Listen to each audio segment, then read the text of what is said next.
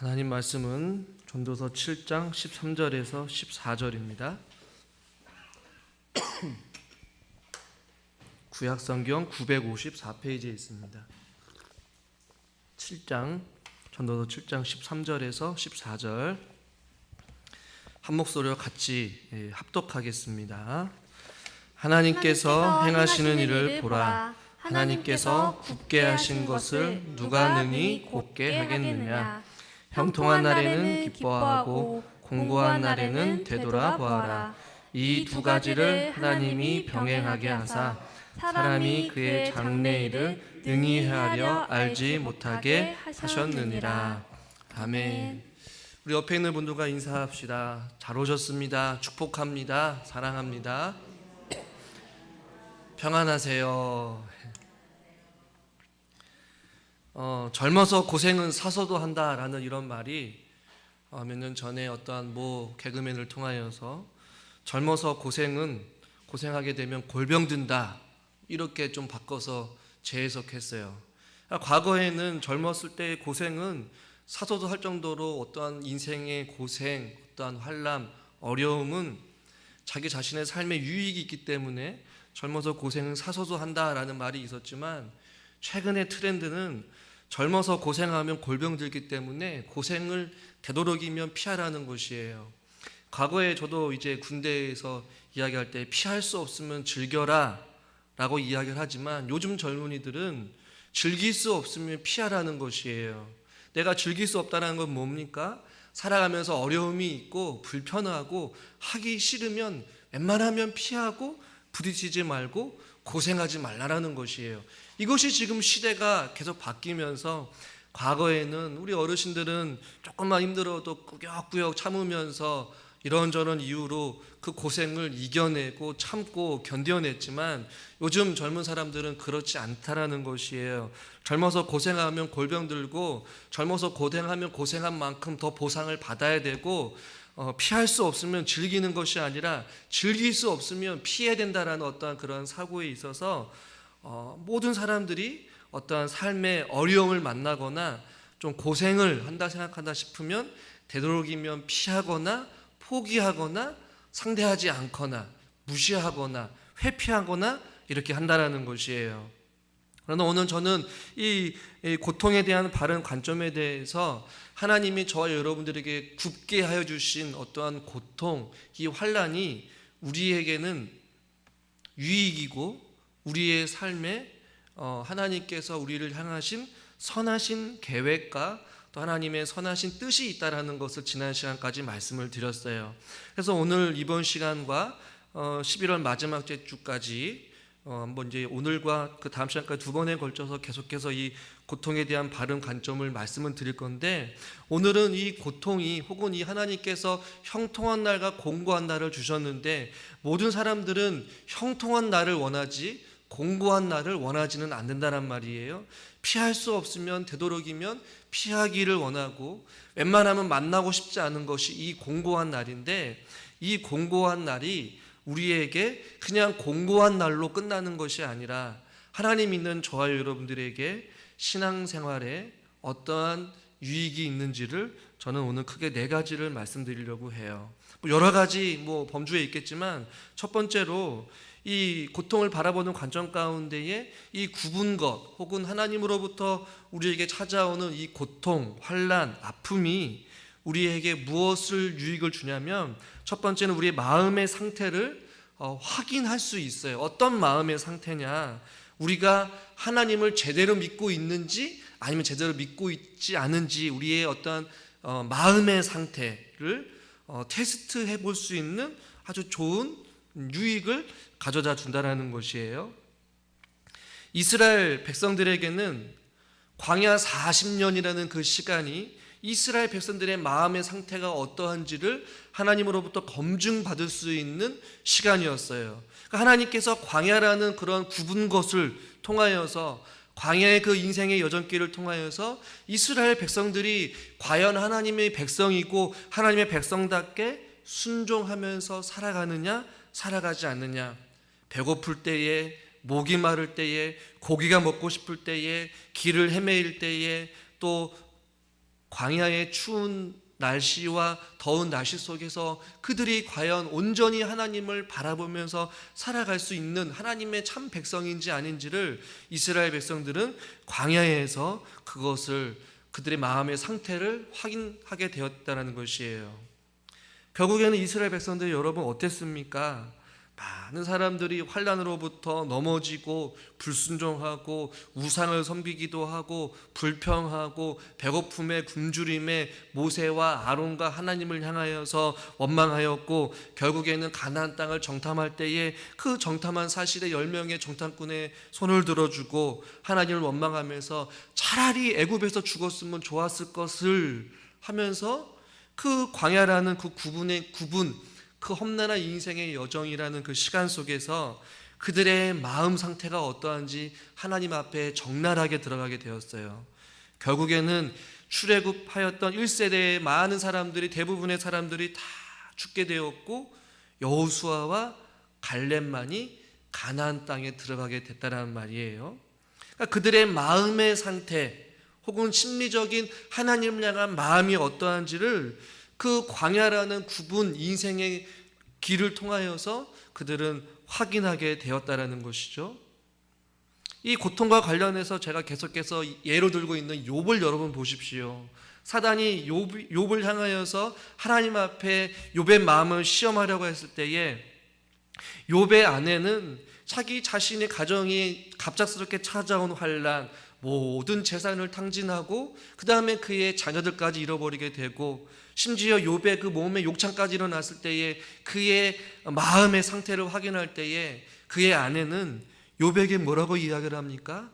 차라리 하나님을 저주하고 죽어라, 그렇게 하나님 믿어서 뭐 하겠느냐라고 이야기를 하지만 욥은 그렇게 하지 않았어요.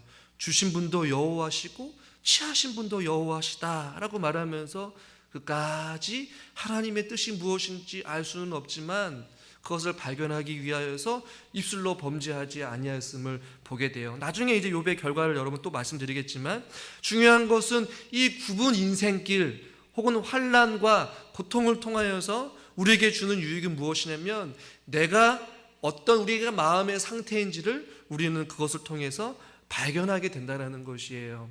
성경 곳곳에서 그것들을 우리는 발견할 수 있게 되거든요. 또 한 가지 예를 들면, 예수님께서 이제 비유로 말씀하실 때에 이야기하다가 부자 청년이 예수님 앞에 찾아와요. 예수님, 내가 모든 선한 일을 다 하였는데 무슨 선한 일을 더 해야지만이 내가 영생을 얻을 수 있습니까? 이렇게 질문을 해요. 그러자 예수님께서 마태복음 19장 21절에서 이렇게 말씀하고 있어요. 우리 같이 한번 읽어볼까요? 예수께서 이르시되 내가 온전하고자 했진대 가서 내 소유를 팔아 가난한 자들에게 주라. 그리하면 하늘에 보화가 내게 있으리라. 그리고 와서 나를 따르라 하시니 그 청년이 재물이 많음으로 이 말씀을 듣고 근심하며 가니라. 아멘. 이게 무슨 선한 일을 다 했는데 예수님께서 그에게 너가 온전하겠지만 내가 가지고 있는 그 소유를 팔아서 가난한 자들에게 나눠주고 나에게 와라 라고 이야기를 했어요. 하나님께서는 이 어떠한 재물에 대해서 마음을 시험한 것이었죠. 근데 그 청년이 재물이 많음으로 이 말씀을 듣고 반응이 어땠냐면, 듣고 근심하면서 결국에는 갔어요. 그러니까 결국에는 이 부자 청년의 마음이 어떻다라는 것이에요. 영생을 얻기 위하여 모든 것을 다 할 수는 있지만 그가 가지고 있는 궁극적으로 그의 재물은 포기할 수 없었다라는 것이에요. 그래서 마음에 근심하고 갔다라고 말씀하고 있습니다. 어떤 환난과 어려움이 있을 때에 우리가 어떻게 하나님 앞에 반응하느냐, 이것을 통하여서 우리가 우리의 마음의 상태가 진정으로 하나님을 신뢰하고 의지하며 살아가는지 아니면 그렇게 하지 못하고 있는지를 우리가 진단해 볼 수 있기 때문에, 고통을 바라보는 관점의 우리에게 유익은 바로 우리를 진단해 볼 수 있는 유익이 우리 가운데 있다라는 것이에요. 책을 보다가 좀 독특한 용어가 저에게 눈에 띄었는데, 크리스천 혹은 그리스도인이긴 그리스도인인데 쌀 크리스천이라는 표현을 어떤 선교사님이 썼어요. 그러니까 선교지에 갔는데 이들이 쌀만 주면 예수님을 믿겠다라는 것이에요. 혹은 쌀만 주면 내가 복음을 듣겠다라는 것이에요. 이것은 무엇이냐면 물질적인 이익을 얻기 위해서 내가 기독교라는 종교를 받아들일 수 있다. 역으로 이야기하면 뭐예요? 그 쌀이 없으면 언제든지 종교를 버릴 수 있는 사람이 바로 쌀 크리스천이라는 고 이렇게 표현을 했어요. 이 부자 청년과 같이 연결지어서 생각해 보면 얼마든지 우리가 하나님으로부터 어떤 물질을 얻을 수 있으면 예수님을 잘 받아들이고 믿을 수 있지만 그 물질이 없으면, 그 쌀이 없으면 언제든지 종교를 버릴 수 있는 쌀 크리스천으로서 살아가는 자들이 있다라는 것이에요. 이 부자 청년과 마찬가지로요. 그러니까 환난이 있을 때에 우리가 하나님 앞에 우리의 마음의 상태가 어떠한지를 고통을 통하여서 혹은 이 공고한 날의 구분거를 통하여서 우리가 하나님 앞에 진짜인지 가짜인지, 하나님 앞에 진정으로 어린 양과 같이 순종하는 하나님의 자녀인지 혹은 양의 탈을 쓴 늑대인지를 우리는 발견할 수 있다라는 것이에요. 혹은 우리의 믿음 생활을 진단해 볼 수 있는 유익이 있다라는 것이에요. 남들이 보기에는 멀쩡이네요. 믿음 생활을 잘하는 것 같아요. 모든 공예배에 참석하고 교회에 임원도 받고 직분도 받고 예배를 한 번도 빠지지 않았어요. 그러나 궁극적으로 결정적인 순간에 우리 앞에 어떤 물질이 어려움이 있고 아픔이 있고 질병이 몰려올 때에 결정적으로 쌀 크리스천처럼 쌀이 없기 때문에 등을 돌려서 주님을 저버리는 그러한 흔들리는 믿음 생활을 하는 사람들의 모습이 있다라는 것이에요. 이 굽은 것을 통하여서, 이 공고한 날을 통하여서 우리의 믿음 혹은 우리의 믿음의 상태를 재확인해 볼 수 있는 유익이 우리 가운데 있다라는 것이에요. 그래서 여러분, 고통이 우리 가운데 갑작스럽게 찾아올 때에 우리가 기억해야 될 것은 그 고통의 문제를 바라볼 때 내가 어떠한 마음을 가지고 그 문제와 어려움을 대하고 있는지를 우리 자신들을 진단해 볼 필요가 있다라는 것이에요. 오늘 본문의 14절에 공고한 날에는 되돌아보아라. 무엇을 되돌아보라는 얘기예요? 자기 자신을 되돌아보라는 얘기예요. 쌀이 없어도, 돈이 없어도, 비록 내가 몸이 연약하고 아프다 할지라도 내가 주님을 붙잡을 수 있는지 말이에요. 내 신앙의 수준이 어느 정도인지를 가늠할 수 있는, 마음의 상태를 확인할 수 있는 유익이 있다는 것이에요. 제가 좋아하는 목사님 중에 외국의 A.W. 토저 목사님이 있어요. 이 토저 목사님이 제가 처음 접했을 때 책이 있었는데 그 책 제목이 나는 진짜인가 가짜인가 라는 그 책이에요. 근데 그 책에 다시 한번 제가 펼쳐보면서 말씀을 준비하면서 이런 문구가 생각이 났어요. 토저 목사님이 나는 진짜인가 가짜라는 그 책에서 진짜는 솜사탕 복음을 거부하고 가시면류관 복음을 믿는다. 여기서 말하는 솜사탕 복음은 복음을 잘못됐다 말하는 것이 아니라 그냥 듣기 좋은 솜사탕과 같은 달콤한 그 말을 거부하고 가시면류관, 비록 쓰디쓰고 우리의 마음 영혼을 찔리고 아프게 할지라도 그 말씀을 면류관의 복음으로 믿고 받아들이는 자가 진짜 그리스도인이다. 그리고 하나님을 믿는 진짜는 바로 행복을 추구하기보다는 거룩을 열망하는 사람이 진정한 그리스도인이다 라고 말씀하고 있어요. 제가 말씀드린 쌀 크리스천과 동일하게 생각해 볼 수 있는 것이죠. 진짜는 행복, 어떠한 부, 명예, 권력 이것을 열망하지만 진정한 그리스도인은 주님 안에서 주님을 닮아가는 거룩함을 열망하는 것이 진정한 그리스도인이라는 것이에요. 그러면서 그 책에서 좀 더 제가 더 말씀드리면 진정한 신앙을 가진 사람은 그리스도의 승리를 믿기 때문에 그 승리에 참여하기 위해서 어떠한 고난도 어떠한 핍박도 마다하지 않는다. 반면 가짜 신앙을 가진 사람에게는 바람과 환란이 싫고 산허리에 양지 바른 곳이 좋다라는 확신만 있을 뿐 그 어떠한 고난으로부터 찾아오는 승리를 기대하지 않는다. 이렇게 이야기를 하고 있어요. 사랑하는 우리 성도 여러분과 제가 주님 앞에 고난과 환난이 찾아올 때에 우리 자신을 되돌아보면서 진정으로 나는 하나님을 향하여서 온전히 주님만 붙잡고 살아가고 있는지 우리 자신의 영혼을 진단해 볼 수 있는 그런 유익함이 있기를 주님의 이름으로 간절히 축원합니다. 두 번째는 이 고난을 통하여서 우리의 어떠한 생각 혹은 우리의 마음이 두 번째는 세상에서 하늘로 눈을 돌리게 되는 것이에요. 그동안 고난과 환난이 찾아올 때에 우리의 온통 생각이 세상의 즐거움과 어떠한 세상의 어떠한 삶에 먹고 마시고 입을 것에 관심이 많이 있었어요. 그러나 환난이 찾아오고 어려움이 몰려오다 보니까 결국에는 이제는 모든 것이 헛되다라는 것을 발견하게 되고 생각이 땅에 있는 것에서 위에 있는 것으로 세상으로부터 하늘로 눈을 돌리게 된다라는 것이에요. 예를 들면 돌아온 탕자 비유를 여러분 잘 아시지 않습니까? 이 세상의 즐거움을 추구하기 위하여서 아버지 가지고 있는 자기가 물려받은 그 유산을 다 가지고 세상으로 나아갔던 자가 나중에는 그 재산을 다 탕진하게 되고 모든 즐거움을 다 잊어버려버린 채 배고픔에 굶주림에 있었을 때에 이 돼지가 먹는 쥐염 열매를 먹으면서 전전긍긍하다가 결국에는 아버지 품으로 돌아오게 되잖아요. 그런데 그가 누가복음 15장 17절에 18절에 이렇게 말씀하고 있어요. 한번 17절 18절 같이 한번 읽어봅시다. 이에 스스로 돌이켜 이르되 내 아버지에게는 양식이 풍족한 품꾼이 얼마나 많은가. 나는 여기서 줄여 죽는구나. 내가 일어나 아버지께서 이르기를 아버지 내가 하늘과 아버지께 죄를 지었사오니. 아멘. 뭐예요? 그동안 그가 잠깐만 세상으로 눈을 돌리다 보니까 돈만 있으면 세상의 즐거움이 너무나도 많은 거예요.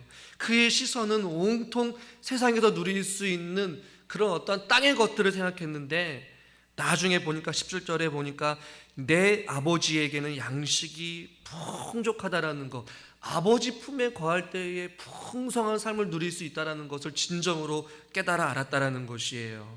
그리고 자기 자신이 하늘과 아버지께 죄를 지었다라는 것을 깨닫게 되는 것이죠.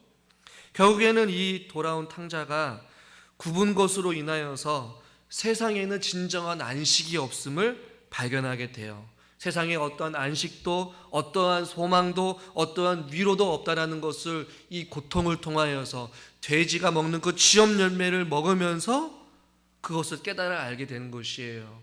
고통, 환난을 통하여서 그가 세상에 헛되다라는 것을 발견하게 되고 그의 사고와 그의 생각이 그의 시선이 그의 마음이 세상이 누릴 수 있는 온갖 즐거움과 쾌락과 어떠한 정욕에 시선을 두는 것이 아니라 이제는 하늘을 바라보면서 위의 것을 쫓고 아버지 품에 있을 때 가장 풍족하구나라는 것을 깨달아 알고 아버지께로 돌아오라는 것이에요. 결국에는 고통을 통하여서 세상의 헛됨과 허무함과 그것이 영원하지 않다는 것을 발견하게 되고 결국에는 하나님을 바라보게 되고 하늘을 향하여서 우리의 생각이 달라지게 됨을 보게 된다는 것이에요. 그래서 세상의 일에 연연하지 아니하고 영원한 삶에 관심을 갖게 된다는 것이에요. 무엇을요? 우리의 삶에 오직 주님만이 우리의 구원자이시고 할렐루야, 우리의 치료자가 되어주시고 우리의 피난처가 되어주시고 우리의 진정한 위로자가 되어주시는 분이 세상에 있는 것이 아니라 바로 하늘에 계신 우리 아버지께 있다라는 것을 깨달아 알기 시작하는 것이에요. 그래서 그 고통의 현장에서 시선이 바뀌게 되고 회복의 자리, 아버지의 품으로 눈을 돌리게 되고 아버지께로 나아가게 된다는 것이에요. 할렐루야. 그 때문에 고통이 때로는 고난이 때로는 하나님께서 주신 우리에게 공고한 날을 통하여서 우리는 미처 깨닫지 못한 것을 발견하게 되고 회복의 자리, 또 그동안 깨닫지 못하였던, 우리가 바라보지 못하였던 아버지의 양식이 풍부하다는 사실을 깨달아 알기 시작하게 되고, 세상의 헛됨과 허무함, 그리고 주님만의 영원한 안식과 쉼과 영원한 치료와 영원한 회복이 있다는 것을 깨달아 알기 시작하는 것이에요. 아하, 세상에는 다 헛되구나 라는 것을 발견하게 된다는 것이에요. 이 한창웅이라는 사람이 쓴 책의 이 제목이 인생을 어떻게 살면 좋겠냐고 묻는 딸에게라는 책 제목이 있어요. 그러니까 인생을 어떻게 살면 좋겠냐라고 묻는 딸에게 그 한창웅이라는 사람이 그 책에서 여러 가지 이야기를 다양하게 이야기를 하는데, 그 내용 가운데에 저는 이 내용이 참 생각이 났어요. 어떤 내용이냐면 삶 그 자체를 사랑하라는 것이에요. 그러면서 그 책에서 고난을 이겨내고 나면 삶 자체가 달라 보인단다. 인생의 내공은 고난을 딛고 일어설 때마다 조금씩 쌓이는 거란다. 뭐 일반인이 썼어요. 신앙인이 쓰진 않았지만 그 딸이 인생을 어떻게 살면 좋을까요, 아빠? 이렇게 물었을 때에 그 한창욱이라는 그 저자가 여러 가지 이야기 가운데 너희가 살고 있는 그 삶 자체를 사랑해라. 그리고 고난을 이겨내고 나면 너가 살고 있는 그 삶 자체가 완전히 달리 보일 것이다. 이렇게 이야기를 해주고 싶다라는 것이에요. 이것을 우리가 다시 한번 기독교적으로 재해석을 하게 되면 우리에게 주어진 고난이 남들이 보기에는 피하고 싶고 만나고 싶지 않고 부딪히지 않고 싶은 어떤 어려움과 환난이 우리 가운데 몰려올 때에 그 삶 자체를 하나님께서 주셨다고 생각하고 그 고난을 통하여서 우리가 이겨낼 때에 우리의 시선이 그동안 땅만 바라보게 되었고 아래 것만 바라보게 되었고 육신에 살면서 이 땅 가운데 그냥 왔다 지나가게 되는, 스쳐 지나가게 되는 안개와 같고 먼지와 같은 솔로몬이 말하였던 모든 것이 헛된 것들을 바라봤던 우리의 이 좁은 시선이 그 고난을 이겨낼 때에 삶 자체가 완전히 달라보게 되어서 세상에 내가 추구하였고 내가 움켜쥐려고 하였고 내가 가지려고 하였고 내가 갈구하였고 내가 찾으려고 했던 그 모든 것들이 헛되다라는 것을 발견하게 되고 우리의 인생의 눈과 가치관이 달라지게 되어서 무엇을 바라보게 된다라는 것이에요? 우리 삶의 주인이 바로 예수 그리스도시고 우리의 진정한 소망이 예수 그리스도가 되어주시고, 할렐루야, 우리의 삶에 책임져 주시고 우리의 진정한 소망이 되어주시는 분은 바로 다른 것이 아니라 바로 하늘에 계신 우리 아버지시라는 그 사실을 바라보게 되는 영적인 눈이 띄어지게 된다라고 성경 우리에게 말씀해 주고 있는 것입니다. 할렐루야. 그래서 이 공고한 날이 혹은 이 하나님께서 우리에게 주신 이 구분 것들이 우리들로 하여금 세상에서 하늘로 눈을 돌리게 하는 그러한 유익이 있다라는 것을 여러분 잊지 마시기를 주님의 이름으로 축원합니다. 세 번째는 여러분들도 예상했듯이 세 번째를 통하여서 우리가 무엇을 알 수 있냐면 죄를 하나님으로부터 생각나게 하신다라는 것이에요. 공고한 날을 통하여서 어떤 것이 우리가 하나님으로부터 잘못되었는지를 깨달아 알기 시작한다는 것이에요. 민수기 32장 23절에 이렇게 말씀하고 있어요. 한번 같이 한번 읽읍시다. 너희 죄가 반드시 너희를 찾아낼 줄 알라. 결국에는 공고한 날을 통하여서 우리의 죄가 반드시 우리를 찾아낸다라는 것이에요. 요셉의 형들이 요셉을 구덩이에 던지고 또 그 요셉을 다시 구덩이에서 건져내어서 애굽의 노예로 팔고 오랜 시간 동안 요셉을 잊고 살았을 거예요. 아무도 몰랐을 거예요. 그러나 그의 형제들이 알았고 하나님이 알았다란 말이에요. 나중에는 그의 형들이 뭐라고 고백을 하느냐, 창세기 42장 21절에 이렇게 말씀하고 있어요. 그들의 요셉의 형들이 기근으로 인하여서 배고픔에 굶주려 있을 때에 또 애굽으로 찾아갔을 때에 식량을 구할 때에 황당한 일을 당하잖아요. 공고한 날이 그들에게 갑작스러운 환난과 어려움이 몰려올 때에 이렇게 고백을 해요. 한번 읽어봅시다. 그들이 서로 말하되 우리가 아우의 일로 말미암아 범죄하였도다. 그가 우리에게 애걸할 때 그 마음의 괴로움을 보고도 듣지 아니하였으므로 이 괴로움이 우리에게 임하도다. 아멘. 그 괴로움의 이야기를 요셉으로부터 들었을 때에 알았다란 말이에요. 무엇을요? 우리가 아우의 일로 말미암아 하나님의 범죄하였다라는 것을 발견하게 돼요. 어떨 때요? 공고한 날에, 어려움이 몰려올 때에. 여러분, 심지어 이 욥도 그게 찾아온 갑작스러운 그 어려움 가운데에 그가 어떻게 고백을 하냐면요, 욥기서 13장 26절에 이렇게 말씀하고 있어요. 같이 한번 읽어봅시다. 주께서 나를 대적하사 괴로운 일들을 기록하시며 내가 젊었을 때 지은 죄를 내가 받게 하시오며. 그러니까 욥은 심지어 어떤 생각까지 했냐면 그에게 찾아온 모든 재산을 다 쓸어 가시고 또 그의 자녀들까지 죽게 만든 그 이유를 계속해서 자기 자신을 공고한 날 자기 자신을 되돌아보면서 계속해서 생각할 때에 그가 어디까지 생각을 했냐면 욥기 10장 26절에 내가 젊었을 때에 지은 죄를 내가 받게 하시오며. 그러니까 과거 아주 젊었을 때에 지은 그 죄까지도 생각나게 하여서 하나님 앞에 지금 회개하고 있는 장면을 우리는 보게 되는 것이에요. 그러니까 공고한 날에 자기 자신을 되돌아보라는 얘기는 그걸 통하여서 과거에 하나님과 약속했던, 때로는 지키지 못하였고 불순종했던 것들을 스쳐 지나가듯이 생각나게 하는 것들이 반드시 있다라는 것이에요. 때로는 누군가는 하나님 앞에 헌신을 다짐하고 주를 위해 살겠다라고 했던 일들이 갑자기 생각나기도 하고요. 때로는 내가 주님 앞에 시간을 드리고 물질을 주님 앞에 드리면서 주를 위해서 하나님이 주신 건강을 사용했다라고 했지만 그렇게 하지 못하고 자꾸만 뒤로 미루고 하나님 이것만 해결되면요 저것만 해결되면요 끊임없이 약속을 번복하면서 계속해서 살아왔지만 결국에 환란이 몰려올 때에 주님 내가 조금이라도 건강할 때에 주님을 위해 이렇게 살았으면 좋았을 걸 껄껄껄껄 하다가 결국에는 주님 앞에 아무것도 하지 못하고 주님 앞에 가는 그런 일들도 참 많이 일어난다는 말이에요. 어떤 분은 결국은 전 재산을 다 날리고 나니까 문득 하나님 앞에 온전한 11조를 생활을 드리지 못하는 것들이 생각나고 양심의 가책을 느껴서 이제서라도 주님 앞에 자기 자신의 삶을 드리겠나라고 고백하는 성도님들도 종종 보게 되었어요.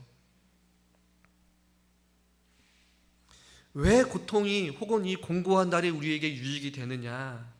만일 그런 공고한 날이 우리에게 찾아오지 않으면 결코 그러한 것들을 생각하지 않기 때문에 덮어두고 아무 일도 없었던 것처럼 요셉의 형들과 같이 그냥 그렇게 사는 것이에요. 아버지를 속였잖아요.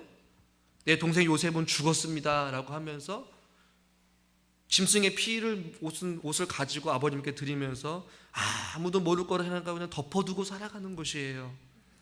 그러나 굽은 것이 있기 때문에 우리들은 그 굽은 날을 되돌아보면서 생각하는 거예요. 그리고 주님 앞에 회개하는 거예요. 기도하는 것이에요. 굽은 공고한 날에 우리가 그동안 걸어온 우리 자신들의 인생의 여정을 되돌아보면서 주님과 약속한 것을 신실하게 순종하며 살지 못했던 부분들이 있다면 주님 앞에 다시 한 번 더 약속하고 다시 한 번 더 충성하며 주님 앞에 그 약속을 지킬 수 있기를 바랍니다. 때로는 입술로 범죄하지 않았는지 주님 앞에 신실하게 살아가지 못하였던 우리들의 삶을 한번 되돌아보자라는 것이에요. 13세기에 시인 룸이라는 사람이 있는데요. 이 책을 보다가 이런 재미난 좀 표현이 있어서 여러분들에게 같이 한번 나누려고 합니다. 지금의 고난은 내게 어떤 의미인가 라는 책이에요. 그 책에서 뭐라고 이야기를 하냐면 우리의 인간은 여인숙과 같다. 매일 아침 새 손님을 맞이하는데 기쁨, 우울, 심술, 고통 이 순간적인 깨달음이 예상치 못한 손님으로 찾아온다는 것이에요. 근데 이것들을 모두 기쁘게 맞이하고 환대하라는 것이에요. 기쁨도 있고 웃음도 있지만 울음도 있고 아픔도 있고 심술도 있고 불통도 있고 고난이 있을 때에 그것들을 모두 기쁘게 맞이하고 환대하라.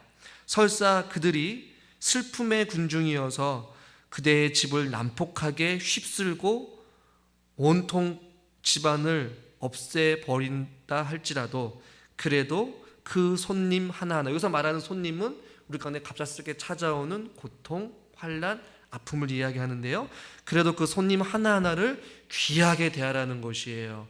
그러면서 그 책에서 뭐라고 이야기를 하냐면 그것을 통하여서 나에게 새 기쁨을 안겨주려고 그대를 청소하고 있을지 모르기 때문에 그것들을 기쁨으로 감사함으로 받아들이라는 것이에요. 여러분, 이처럼 고통과 공고한 날이 우리들의 인생길 가운데에 하나님으로부터 전혀 깨닫지 못하였던 죄들이나 혹은 우리가 덮어두고 그냥 묻어두고 그냥 살려고 했던 해케묵은 그 어떠한 모습들을 다시 한 번 더 들춰내고 깨닫고 생각나게 하시는 하나님의 선하신 뜻이 있음을 여러분들이 잊지 마시기를 주님의 이름으로 축원합니다. 마지막 네 번째는 무엇이냐면 그 고통이 주는 유익은 당연히 그 고난당한 것이, 그 공고한 날이 우리에게 결국에는 유익하기 때문에 그래요. 결국에는 그 고통을 통하여서 하나님의 은혜를 네 번째로 경험할 수 있기 때문에 공고한 날이 우리에게 유익이다라는 것이에요. 이 굽은 것을 통하여서 하나님께서 우리를 때로는 징계하시고 책망하시지만 그 징계하시고 채찍질을 가하시는 이유가 여러분 무엇이겠습니까? 마치 여러분의 자녀가 말을 듣지 않으면 과거에는 이제 회초리를 들기도 하잖아요. 그 이유가 뭐예요? 다 너 잘 되라고. 그 맞을 때는 아프지만 나중에 생각해 보면 그 부모님이 그렇게 훈계하지 않았다면 바른 길로 가지 않기 때문에 우리 부모된 여러분들이 자녀들을 그렇게 사랑의 회초리를 때리지 않으셨겠습니까? 하나님께서도 우리를 징계하시고 공고한 날을 주시지만 그것을 통하여서 우리를 바르게 하시고 고쳐주시고 우리를 하나님의 백성답게 살기 위하여서 그러한 공고한 날을 통하여서 우리에게 하나님의 은혜를 경험하게 해주신다는 것입니다. 그 공고한 날을 통하여서 우리가 무엇을 배웁니까? 인내를 배우기도 하고요, 때로는 소망을 얻기도 하고요, 때로는 하나님이 살아계심을 경험하기도 하고요, 불가능한 상황 속에서 그것을 건져내어 주시는 하나님의 능력을 경험하기도 해요. 그 모든 것이 하나님의 은혜요, 하나님의 사랑이라는 것이에요. 같이 살아가는 사람들이 다 내 편인 것 같고 나를 도와준 것 같지만 환난이 몰려올 때에, 아픔이 찾아올 때에 아무도 나의 아픔은 몰라주고 다 떠나버리지만 결국에 남아있는 유일한 분을 발견하게 된다는 것이요. 누구를요? 바로 우리 하나님을요. 그 통해서 하나님이 결코 나를 버리지 아니하시고 나의 손을 굳게 붙잡고 나와 함께 하심을 경험하게 된다는 것이에요. 하나님의 용서를 경험하게 되고 하나님의 회복을 경험하게 된다는 것입니다. 시편 99편 8절 같이 한번 읽겠습니다. 여호와 우리 하나님이여, 주께서는 그들에게 응답하셨고 그들의 행한 대로 갚기는 하셨으나 그들을 용서하신 하나님이시니이다. 아멘. 그들의 행한 대로 갚기는 하셨다. 그들이 잘못한 대로 하나님께서 채찍질을 가하시고 때리시기도 하시고 또 고통 가운데 주시기도 하지만 결국에는 그들을 용서하신 하나님이시라. 할렐루야. 용서하시는 하나님. 용서가 무엇이에요? 그들의 잘못을 다 없다 여기시고 동의서에서 먼 것 같이 우리의 죄가를 옮겨주시고, 할렐루야, 우리를 용서해 주시면서 우리를 안아주시고 회복시켜 주시는 것이에요. 저는 욥의 고백을 참 좋아해요. 아까 서론에 말씀드렸듯이 욥이 그 어려운 가운데에 그의 아내는 차라리 하나님을 저주하고 차라리 죽어라고 이야기를 하지만 결국에는 욥이 하나님을 만나고 하나님의 음성을 듣고 나서 욥이 했던 고백이 42장 5절부터 6절까지 나오고 있거든요. 같이 한번 읽어봅시다. 내가 죽게 대하여 귀로 듣기만 하였사오나 이제는 눈으로 주를 배움나이다. 그러므로 그러므로 내가 스스로 거두어드리고 티끌과 제 가운데서 회개하나이다. 아멘. 귀로만 들었던 그 하나님을 이제는 눈으로 배웁다라고 말씀하고 있어요. 할렐루야. 여러분 무엇입니까? 공고한 나를 통하여서 그가 듣기만 하였던 하나님을 이제는 눈으로 보았다. 더 하나님을 깊이 알아갔다는 것이에요. 하나님의 은혜가 무엇인지를 자기가 직접 눈으로 보았다라고 욥은 고백을 하고 있는 것이에요. 할렐루야. 하나님의 은혜를 경험하게 되는 것이죠. 결국에 하나님께서 그의 인생을 어떻게 바뀌시느냐? 10절 말씀에 보니까 욥에게 이전 모든 소유보다 갑절이라 주신지라.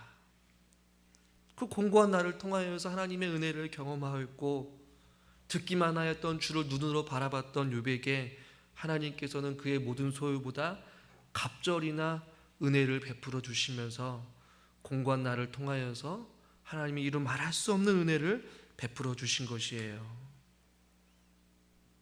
소유의 갑절이나 주신 은혜보다 더 큰 은혜는 귀로만 들었던 욥이 이제는 눈으로 주님을 배우는 것이 더 큰 하나님의 은혜인 줄 믿으시길 바랍니다. 결국 예수님을 인격적으로 만났다라는 것이에요. 인생의 가치관이 바뀌게 되었고 이제는 그 공고한 나를 통하여서 내 삶의 유일한 소망은 내가 유일하게 안식하고 내가 기댈 수 있는 분은 돈도 아니요, 명예도 아니요, 자녀도 아니요, 물질도 아니라는 것이에요. 오직 예수 그리스도만이 나의 유일한 소망이시고 구원자이시다라는 것을 알게 해주신 것입니다. 그래서 결국에는 굽은 것을 통하여서 혹은 공고한 나를 통하여서 하나님이 그것을 도구로 사용하셔서라도 하나님께서는 저와 여러분들에게 은혜 베푸시기를 원하시는 참 좋으신 하나님이시라는 것이에요. 그래서 다윗은 이렇게 고백합니다. 시편 119편 71절 같이 읽읍시다. 고난 당한 것이 내게 유익이라. 이로 말미암아 내가 주의 율례들을 배우게 되었나이다. 오늘 말씀의 결론이에요. 고난 당하는 것이 왜 남들에게는 피하고 싶고 고난 당하는 것이 있으면 안 당하는 것이 나에게 유익이 아니라 오늘 성경 우리에게 분명하게 말씀하고 있습니다. 고난 당하는 것이 우리에게 유익이다. 왜요? 그것을 통하여서 내가 주의 율례를, 하나님의 살아계심을, 또 하나님의 또 일하심을, 하나님이 함께 하심을 내가 배우게 되었기 때문에 고난 당하는 것이 우리에게 유익이라는 것입니다. 반대로 이야기하면 여러분이 당하고 있는 그 공고한 나를 통하여서 제가 말씀드린 그 네 가지의 유익을 누리지 못하게 된다면 여러분들은 고생을 사서 하고 계신 분들이에요. 그러나 고난당하는 것이 내 유익이다라고 받아들이고 아멘 순종하면서 그 고난을 통하여서 하나님의 뜻을 발견하게 되고 아래 것만 바라보고 땅의 것만 바라봤던 우리의 시선이 하나님께로 향하여서 우리의 죄가 생각나기도 하고 하나님의 은혜를 경험할 때에 그것이 우리에게 유익이 되고 주의 율례들을 배우게 되는 놀라운 유익이 저와 여러분 가운데 있기를 주님의 이름으로 간절히 축원합니다. 고통을 바라보는 바른 관점을 가지고 우리들이 공고한 날에 우리 자신들을 되돌아볼 수 있는 믿음의 사랑하는 성도님들이 될 수 있기를 바랍니다. 제가 여러분들과 찬양은 같이 할 수는 없지만 말씀을 준비하면서 이 찬양이 일주일 동안 계속해서 생각났어요. 그래서 가사를 띄울까 말까 하다가 이 찬양 여러분 나중에 한번 들어보시고요. 제가 가사를 여러분들한테 한번 읽어드릴게요. 찬양의 제목은 이유가 있으시겠죠 라는 가사예요. 이유가 있으시겠죠. 이유가 있으시겠죠. 지금은 알 수 없지만 또 이해할 수도 없지만 내가 왜 이렇게 하셨는지 무슨 이유에서였는지 아주 밝히 볼 수 있겠죠. 웃을 수 있겠죠. 내가 알 수도 없고 동의할 수도 없고 이해할 수도 없고 눈물만 흐르게 하는 일들이 내 앞에 펼쳐질 때에 하늘을 향해 두 손을 들고 목 놓아 울어도 보고 소리치고 아무리 발부쳐도 이 시간들이 내게 너무나 악할 때 너무나 길 때에, 영원히 끝날 것 같지 않을 때에, 나의 믿음 없음에 울고, 나의 욕심 때문에 울고, 나의 억울함 때문에 울고, 이 시간들이 너무나 길어서 울 때에, 영문을 몰라서 울 때, 하늘이 내게 잠잠할 때에, 내게 아무런 응답이 없을 때에, 나 이렇게 생각해. 이유가 있으시겠죠? 이유가 있으시겠죠? 지금은 알 수 없지만, 또 이해할 수 없지만, 지금은 내가 이해할 수도, 이렇게 내게 따지고 울부짖어도 내가 지금은 참아 기다려야 할 때라, 내가 속히 응답할 수 없는 때라, 하늘 뜻 이룰 때까지 널 그냥 그 가운데 두는 나도 너무나 마음이 아프고, 눈물에 젖은 널 바라볼 때 자꾸만 마음이 흔들리기도 하지만, 내 모습을 보면서 울고 있는 내가 널 사랑하기에 울고, 내가 내 자녀이기에 울고, 내가 널 위해 기도하면서 운다. 마음이 아파서 운다. 내 눈물 내 마음에 담았다. 내 눈물 내 고통 내가 다 알고 있다. 나도 날마다 운다. 나는 내 하나님이라. 내가 끝까지 내 손 절대 놓지 않는다. 조금만 참으렴. 얘야, 다 왔다. 다 왔어. 뜻을 이룰 때가 다가왔으니 조금만 참으렴. 얘야, 나는 내 아버지라. 내가 오른손으로 널 붙잡고 있다. 안심하라. 내가 끝까지 널 붙잡을 테니 평안해라. 힘내라. 내가 널 위해 십자가에 못 박혔다. 내가 다 이루었다. 그 어떤 것도 널 이해하지 못한다. 내가 널 지킨다. 끝날까지. 나는 내 안에 있다. 나의 딸, 나의 아들, 너는 내 안에 있다.